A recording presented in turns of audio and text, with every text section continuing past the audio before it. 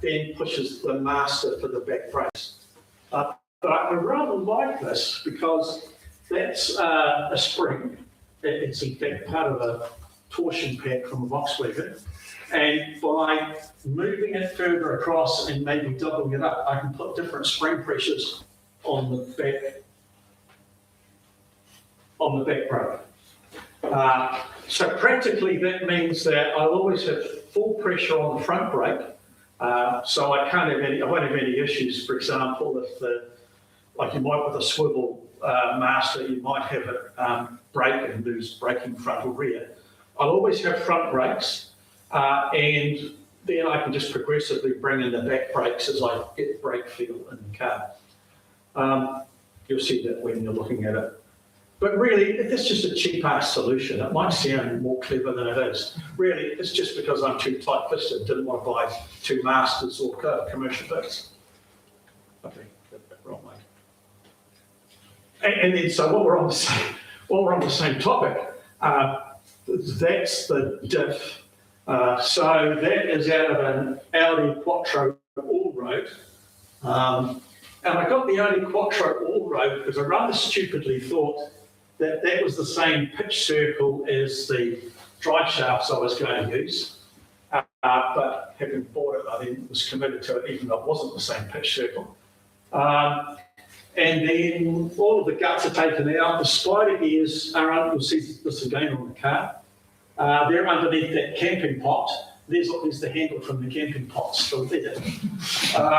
And then a sprocket bolted through to where on the crown wheel was.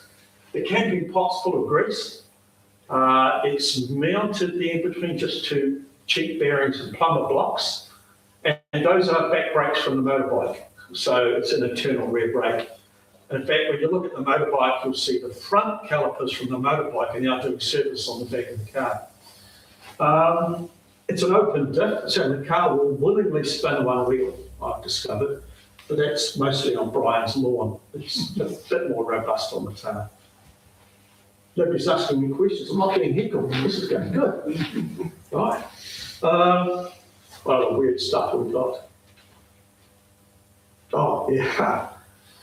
Yeah. Okay, who knows what that is? Looks like the upright. Yeah, upright. Yeah, just upright and sober, just like me. So you're halfway there, but upright off what? Right. Okay. MG Metro Turbo. No, you're guessing because you know the good try. That is the rear upright from a Volkswagen Combi. You can imagine, it says 4.9, I think it weighs way more than 4.9 kilos. Absolutely huge. But I had one, and I knew that Volkswagen rear axles and CVs came as a set. I believed it had the same pitch circle as that diff, which it didn't, but that's another story. So it's like Michelangelo looking at a block of marble. Somewhere in there is a David. So I think I've got further photos. Let's see what I might have. No. So basically, I cut all of that out, threw away all of the cast iron, ran the whole thing in the lathe till I could minimise it, till I was just left with a cylinder with ears in it. And if you look at the back of the car, you'll see it now inserted into an alloy upright. So it's basically, I gutted it all but for the bearing. There's kind of, and in fact, I'll come to it, I'll make another point about it later. But that's just kind of classic salvaging stuff that I had in the backyard. On that one.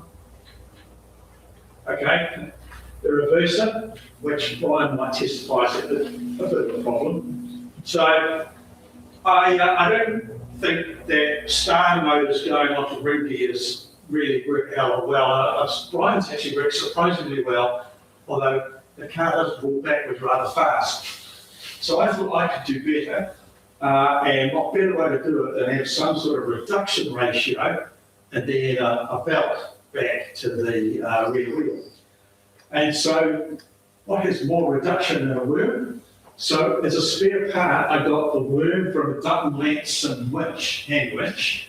That's very nice. but I didn't have a sprocket or a worm for it to drive to. So I had a piece of old cast iron, actually some part from the diff, I think. I can't remember what it was. And if you can see by one of the crude Nash lock, I cut that with an angle grinder and a bit of filing. And I will say it around the ground. But it makes a noise that you wouldn't believe. It's extremely powerful. That's a good thing. But the stainless of the Dunn-Manson worm doesn't work well with the cast iron, and it spits sparks out. So I said we were worried about a grass fire at Brian's place. It was spitting out sparks quite handsomely. And it makes a noise, the most horrible noise imaginable, but it does go backwards. So I think in the future I'll replace it with a proper electric winch. Have you considered putting a whole bunch of grinding paste in it and letting it lap itself in? Seriously? Yeah, no, that's a very good idea. I read something years ago, Colin Chapman had some race event where he needed some weird diff ratio and couldn't find a crown and pinion that matched. But he had a crown and a pinion with the right number of teeth on them, but they were completely unrelated. Shoved them together, filled the diff with grinding paste, did a few laps, cleaned it all out, threw away the bearings, jobs are good. I've done that trick with tie rod, with taper fits, where on the lathe I can cut a taper, but I can't cut a taper as good as the taper fit of the tie rod end.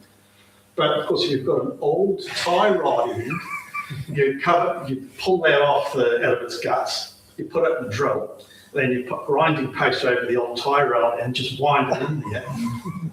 And actually, you can get quite a good tape because obviously the new tie rod end is not going to suffer that. So yeah, that's not a bad trick actually. How about pushing it? Pushing it backwards. Oh, because, well, the trouble is most of New Zealand, they've got a couple of really fussy things. Rolling over, fire, new. But going backwards is also one of the things that you're a bit iffy about. Yeah. Don't need it for the road. That's because when you spin it in the middle of the track, you back off instead of pissing everybody off by sitting in the middle. I don't know. I might be able to run it tonight. It goes backwards, making the most horrendous noise at about this speed, about as fast as I'm walking now. But it does it with determination. Yeah. Okay. So then the body, and you can see I was still kind of humming and hawing around making it like the Pt2. And that was kind of a doable proposition.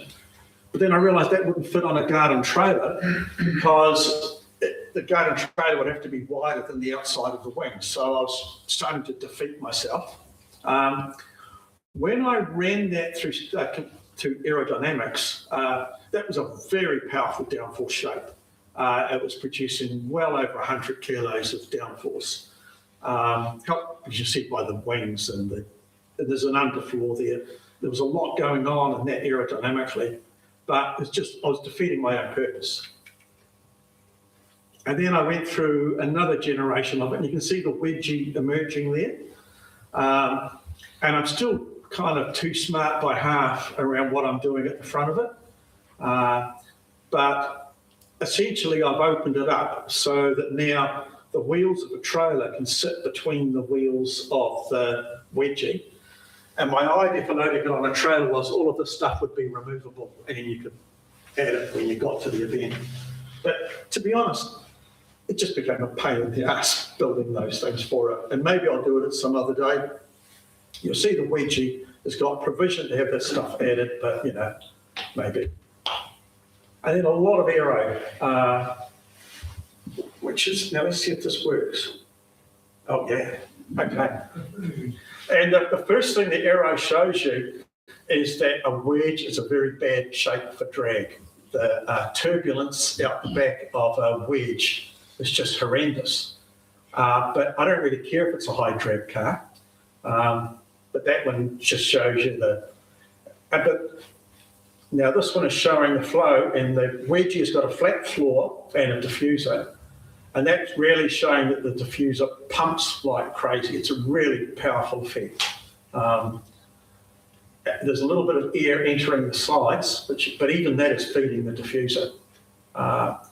And I mean, I don't know how you legitimise your CFD because I don't have a wind tunnel and I don't have the kind of nuance in my driving to tell anyway.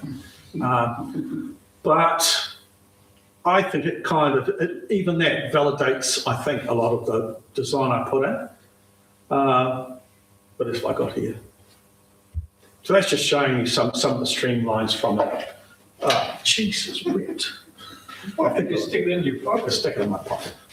There is, I could rabbit on about aero all day, and I really won't do it. But it's just a kind of, I'll only rabbit on to say you can find things on a computer you'll never find out in real life. So on the computer, there's a point where the wing and the diffuser interact. And all of a sudden, the potency of the diffuser and the potency of the wing just skyrocket. The downforce goes through the roof, and it's quite efficient. But will I ever find it in reality?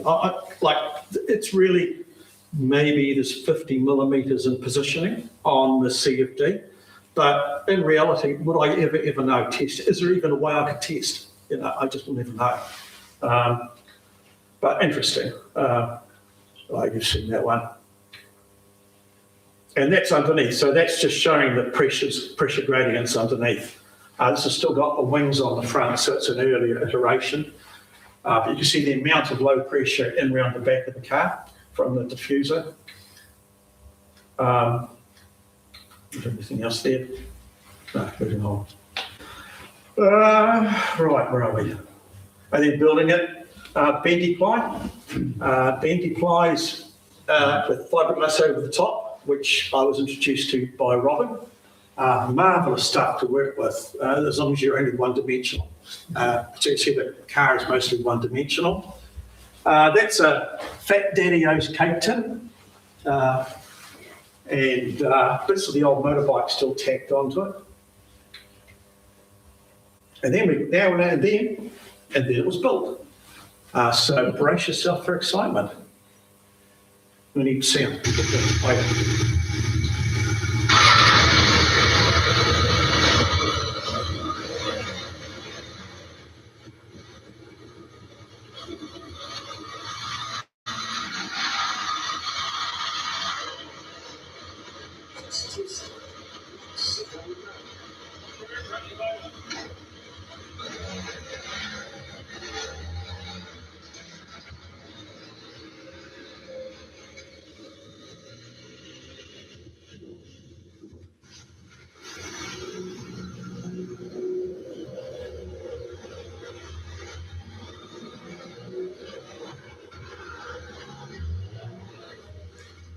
That's a kidney punch.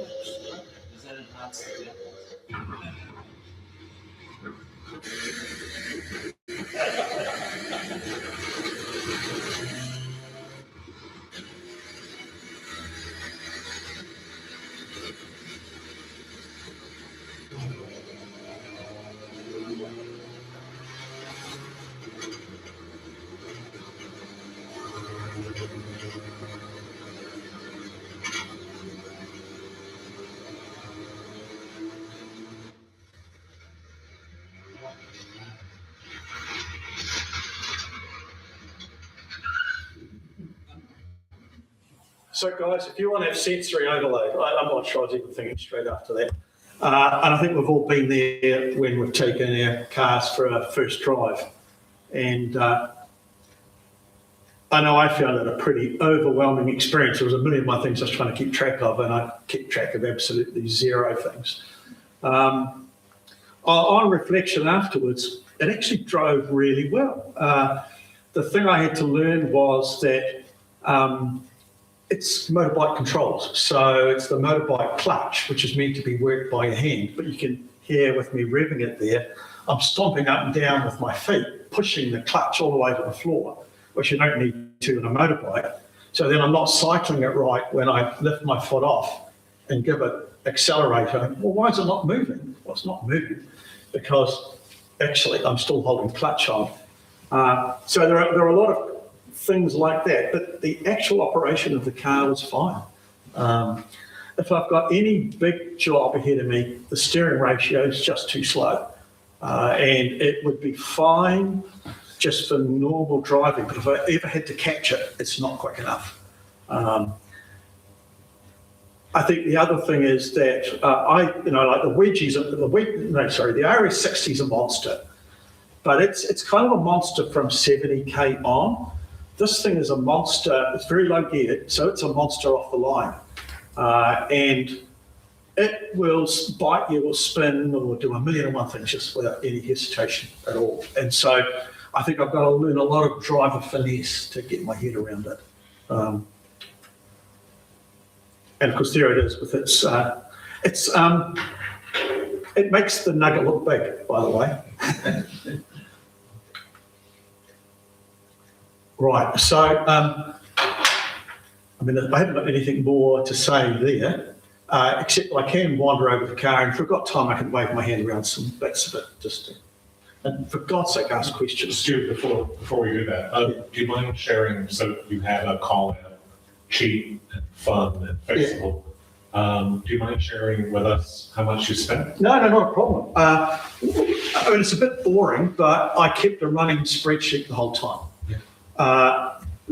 Part of that spreadsheet was doing costs. The other thing the spreadsheet was doing weight. So I was either weighing things as they went on. So that's why I know that without my porky belly in it, it weighs about 380 kilograms. So it's very light. Cost-wise, it's still about 10K. Because cost, you cannot help some costs. Like it's got competition mini brakes, alloy brakes on the front, and a set of alloy twin pots. You've gone through a few bucks. Still cheaper than if you bought it for a big car. Suspension's not free. Shock absorbers aren't free. You've got to pay. Got to pay to have the cage bent, and all of that stuff starts adding up. But the main cost, the motorbike, I might have got carried away bidding for it, but by the time I landed it, it was $1,200. So the costs start adding up, which of course is why I used a lot of the motorbike, because I'm having paid that much money. But yeah, that's about where it's at. The RS60 back in the day cost maybe 20,000, maybe a bit more than 20,000, but they were different dollars. It was a different era, and the main cost on the RS60 was getting it professionally finished, where I have not given a rat's ass about professional finish on this because I regard it as disposable. Yeah. Have you got a trailer before? Yeah, it's out there now. No, that's all right. You talk about that reminded me. I got friends who got a garden trailer that is free to a good home in some Russell Roof or Russ Fixing. I think might be a 6x4 or something around that size. But So my trailer I got it through a trade me sale, and it used to be a pop-up camper. We had a nasty end, could never be restored as a camper. So the guy who owned it did a very nice job of making a trailer out of it. But as you'll see, it's probably a bit dark to see out there, but I had to widen it because this is still wider than a 6x4 or a 8x5. But the good thing about the trailer and the good thing about this car is the trailer's on 10-inch mini wheels. And this is on 10-inch mini wheels as well. So if the trailer gets a flat tyre, I take the wheel off this and put it on the trailer. Right, I'll make this quick. How are we for time? I don't want to keep wrapping on. Okay. So, it's a space frame. It's fully triangulated on all facets. So any exterior facet has got a triangle. The roll bars is part of the chassis as well. And in fact, if you kind of get your head around it, this is actually a full pyramid around the driver on all sides to make a really strong cell for the driver, but also make an extremely strong body. And even underneath the engine is, when I say all facets, even under the engine is fully triangulated. What size is your space frame shipping? That's a very good question. So it's 25mm 1.6. It's a combination of square and round, as you can see. A while ago, I came up with what I call the farm gate style of manufacture, where I make the outside perimeters out of square tube, because it's easy to do square cuts. And then the insides are round, because you can make round fit into square without doing too much fishing. It's 1.6, and it was 1.6 because what can I weld? There's tremendous weight savings to going to 1.2. Then I just blow holes in it with my welder. The MIG I've got welds 1.6 really well. The total chassis, excluding the roll cage, is about 40 kilograms. So she's a solid little monkey. I went for 10-inch wheels.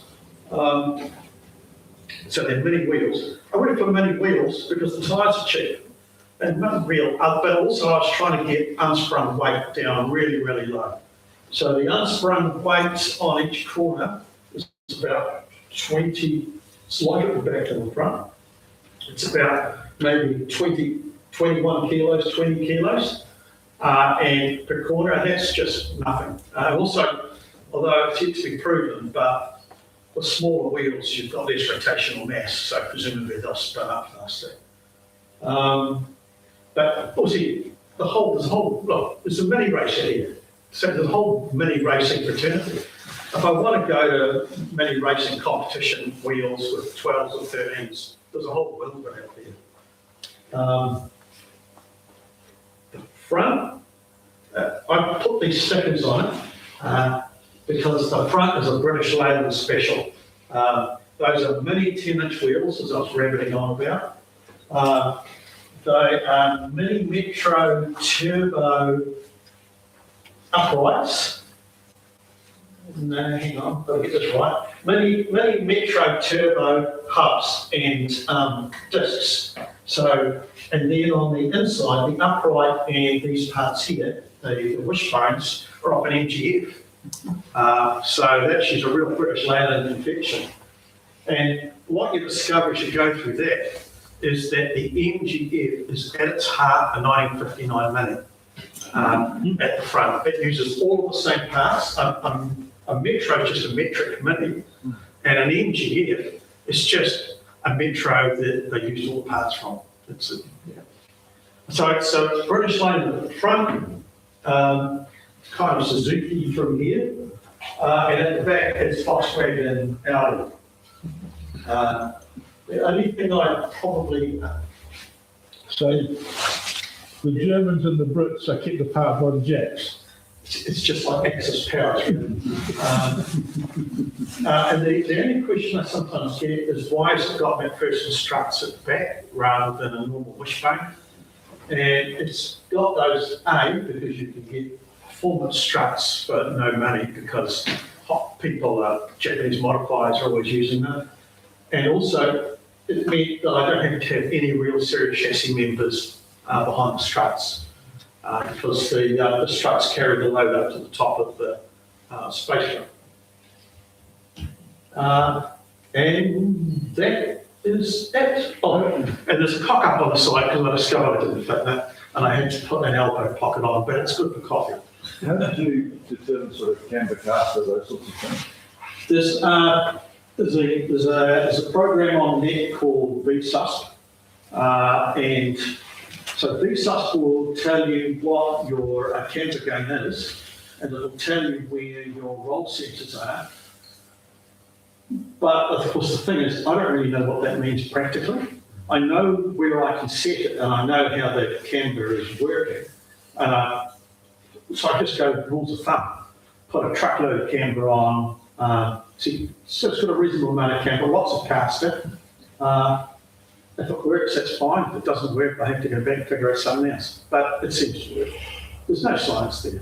What is the roll seat height? Oh, sorry. Apologies. I'd have to go right back to my figures to get there.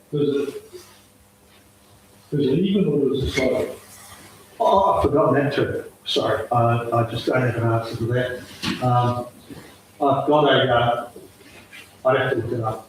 I've got a couple of extra charts on that, but I won't bother you guys with that. Good question, no answer. And in fact, the reality is, I don't think I even know what the effect was when I drove it anyway. I don't even think I have the ability to feel it.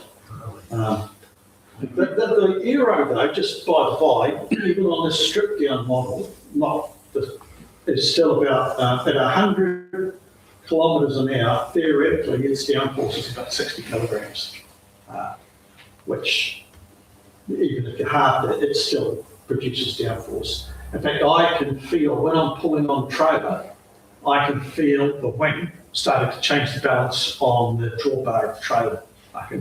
It starts to move the weight backwards on the trailer. So is there anything major you did differently to the beginning? No, we know now. That's for, look, I think there are cock-ups in it, and you know, you go back and you wouldn't do the cock-ups. Like the biggest cock-up is, I thought I bought 2 rear drive shafts of unequal length. And that would have positioned the engine over a bit and given me more room and actually changed the dimension of the whole car. But actually I ended up buying 2 drive shafts of the same length, and I think that's because the person who sold it to me couldn't believe I wanted drive shafts from 2 different types of Volkswagen. So there's kind of cock-ups like that through it. But no, there's this, remember, it hasn't been tried in anger. Okay, so I don't know. I don't know. There's a lot of it's still quite experimental, like the brake balance setup. And so I'd put a faster steering ratio on, that's certainly true. But I only don't really know that from driving it.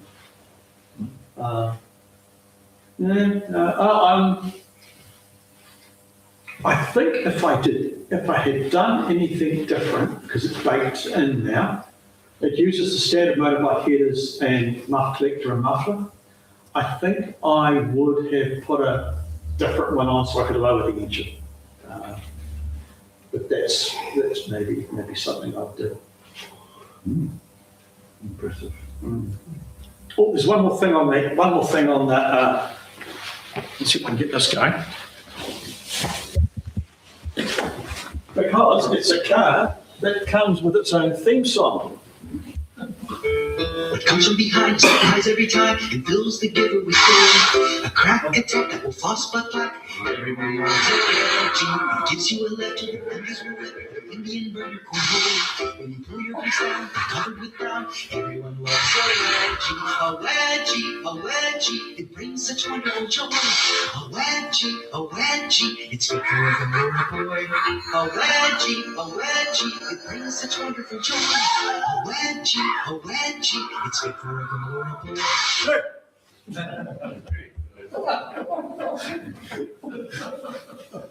Wrong at so many levels. It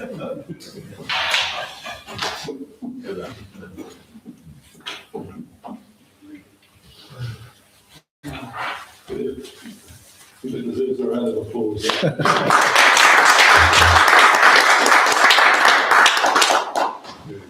This is also one of the nights where I think it's quite appropriate to wear your green jersey. Absolutely. Yeah. Exactly. Yeah. Good job. Trying to wear it out. You're trying to wear yours out.